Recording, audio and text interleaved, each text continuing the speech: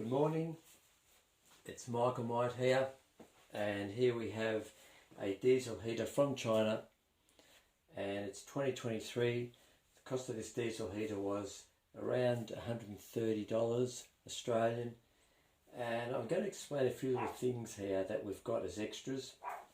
We've got the diesel heater, we've got the nuts and bolts and screws, and also the fuel sender from which belongs to this tank here. We've also got a secondary tank here, so I'll show you the difference in a minute. This is all going into an Adria Altea 402 Sport, and we'll go through things very quickly. We've got the LCD control unit with a remote. I personally don't like these. I would, if you can, get a rotary control knob. Much more sensible. Plug in, simple on, off, temperature. So if you can buy your diesel heater with a rotary control knob, easier and much more pleasant to turn on and off, and you won't regret it. This diesel heater is 2 kilowatts. Please don't go to 5 kilowatts on the 402. In fact, most caravans should only have a 2 kilowatt. Let the heater run at full capacity on 2 kilowatts, much cleaner for the motor and much better fuel usage as well. So what we have here, we have the fuel sender, which we are not going to use. We're going to use this little fuel sender here, which will be screwed into the base here. And the way we do that is we're going to run a piece of string through the cap. Okay, we're back now. What I've just had delivered is a insulation plate with a turret. Now this is the plate that you will receive with your diesel heater. It's okay to use, but remember that there is no barrier here between the heat and your caravan, which is just probably plywood. So purchase this. I'm not sure what the pricing of it was. It was probably about $34, I think $34, $35. This has a 60mm turret around it for protection against the side walls, against the actual flooring, which will probably go 30 or 40mm. This will fit, as you can see, this will fit the diesel heater, and just ensures that there is no heat going into your van floor at all. So now we'll actually go outside and look at the 402, and we'll have a look at the next step. Okay, what I've done now, we're outside. I've actually raised the height of the 402 by using the leveling block on one side. So this is the side I know where the wiring will go down and the fuel line. Underneath, I have put a car jack under the axle, and I've also put a car jack under the actual A-frame. Never trust the jockey wheel. So we're going to go inside now.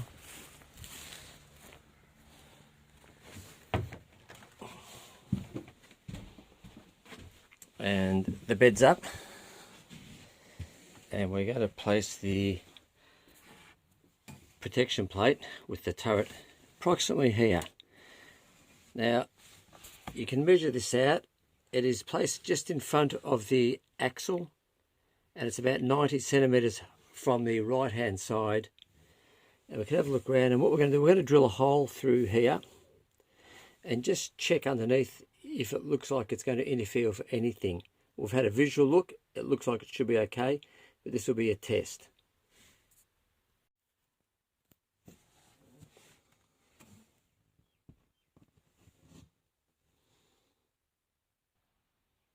Here we go.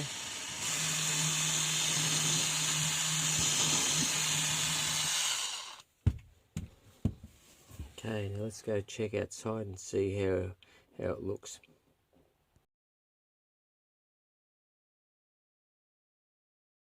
drilling through the wall.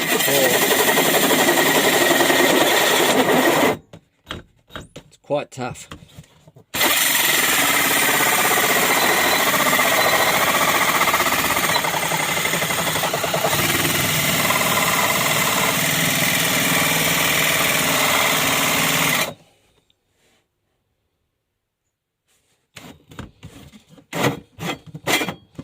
Now, that's it. So we've now got our hole. And we're going to see if the turret fits through. It does fit in there, it's perfect. It needs a bit of sanding, but I'll sand that down. What we're going to do now, we've got to put some silicone around this. The whole purpose of the silicone is to protect that floor you can see there. It's quite thick and we need to protect that. So we shall do that. Okay, the hole's been cut out, as you can see here. And here's the piece that we have cut out. 44 millimeters thick. Now this is quality material. So these vans are built very well with quite advanced materials on the walls, the ceilings and the floor. And here's the Sika fire resistant silicone we're going to be using around the hole. So we're going to smear that around the hole so that takes high pressure. So if there's any high temperature pressures coming from the diesel heater, our little friend here in red and black, then we'll basically be protected. So let's smear this around the actual hole here. Now remember, when you're putting your silicone in, make sure you put your silicone in, spray with a water bottle the surface of the silicone, and also spray the rag, or some plumbers like to use their finger, and just give it a good white brown. It's just a matter of getting a nice clean coat of silicone around that hole. So I've been under the caravan and I've actually sprayed water over the silicone and also done a bit of a silicone circle around the bottom like I have the top here, just around the perimeter. Some people like doing the whole plate, which would be doing all this area here.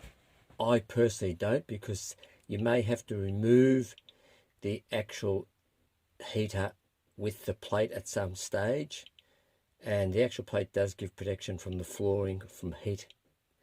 This is just a secondary sealant on the flooring. That is where you've cut away the hole and you've exposed the inner layers of the flooring. Good morning, and here we have the diesel heater, the turret plate, and all the nuts and bolts and screws that came with the diesel heater unit. So what we're going to do, we're going to put these screws in. So we'll put these in.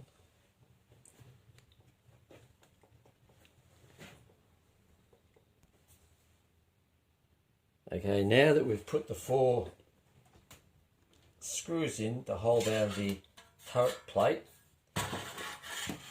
before we put the plate on, we need to actually fix the exhaust.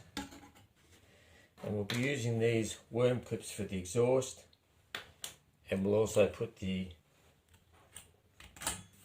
exhaust fume outlet pipe on. And you'll notice that the exhaust fume outlet pipe is always next to the fuel intake. The fuel intake will not be next to the exhaust as it is too hot. So please use a worm clip here. And for the fuel line, we'll be using a rubber connection, and we'll be using the spring-loaded washers. The reason why we use spring-loaded washers on here is because it gives a nice circular clamp on it. If we were to use a worm clip, the worm clip actually can go out of round at this point here. So this keeps the actual rubber hosing nice and tight around the whole circumference of the pipe. And one will go here, and one will also go here where the actual plastic piping feeds into the rubber. So bear with me while I put these together, and then I'll show you what it looks like. Okay, we've got the exhaust pipe on. Like I said, that must be put on prior. Then we'll actually put the current pipe over. And what you can see is you can see everything sitting there neatly. And we're now going to put the exhaust fume pipe on. And what I will do is I'll heat this up with hot water to be able to push this into the plastic into the rubber, and make sure that the plastic fuel line touches the actual metal fuel line in, so there is the least amount of gap between the two, so that the rubber's only actually really securing the outside of it and it's not getting in between.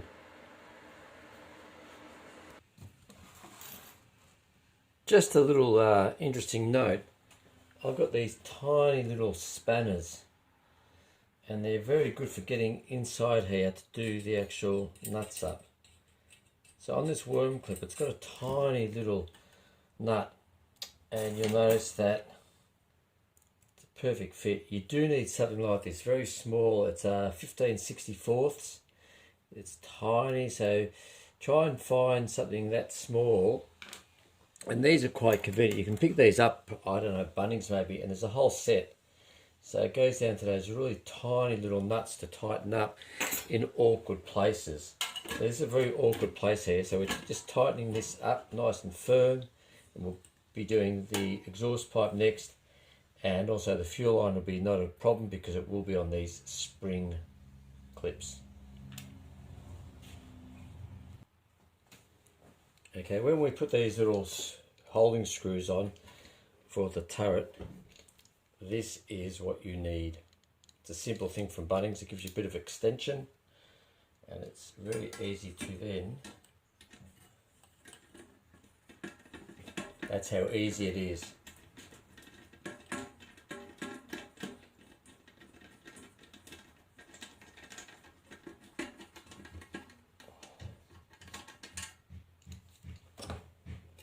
That's it, nice and tight, it's not moving anywhere.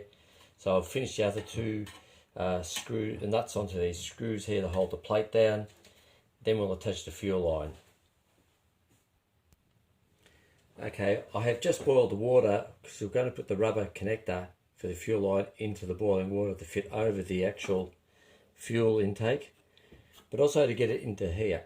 So what's a good idea is that, I'm not sure if you can see that, so I'm going to get a marker roughly, or even, it might be better just to measure that fuel intake line, measure it here, then put your fuel line, so you know how far in you've got to go, and put a little texture mark on there so you know, okay, I'm that far in, I've reached the point of the centre of where the metal intake and the plastic fuel line meet up. So that'll be sealed, and that's when we'll put these little clips over. And remember, put these clips on before you put the fuel line on, or else they'll be sitting outside and they won't work. Okay.